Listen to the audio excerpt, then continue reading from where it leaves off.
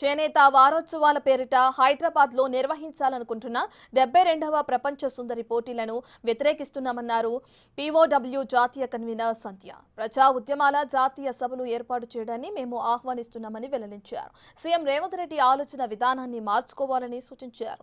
సుందరి పోటీలను నిర్వహించాలనే నిర్ణయాన్ని విరమించుకోవాలని, లేని పక్షంలో తమ నిరసనను తెలియజేస్తామని హెచ్చరించారు.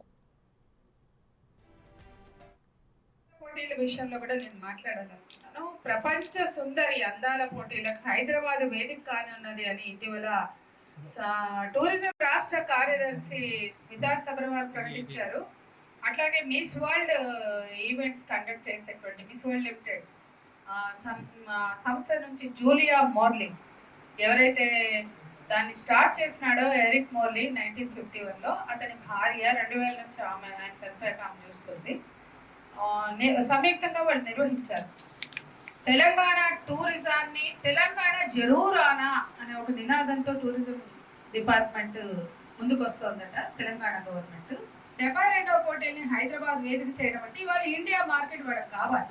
ఎప్పుడైతే సుస్మితా సేన్, ఐశ్వర్య రాయ్కి మిస్ వరల్డ్, మిస్ యూనివర్స్ పెట్టి కొన్ని $1 మిలియన్ ఉత్పత్తులు పెంచుకోగలిగారో, ఈ సౌందర్యాత్మక హింస చుట్టూ స్త్రీలని తిప్పగలిగారో, స్త్రీల జీవితాలని శరీరాలని శాసిస్తూ మార్కెట్ ప్రయోజనాలకు అనుగుణంగా స్త్రీలను తీర్చిదిద్దడంలో భాగమే ఈ అందాల పోటీలు అని చెప్తున్నటువంటి దానికి అనుగుణంగానే గత సంవత్సరం ముంబైలో, ఈ సంవత్సరం హైదరాబాద్లో జరుపుతున్నారు. ఇవి మహిళలకి అవమానకరం.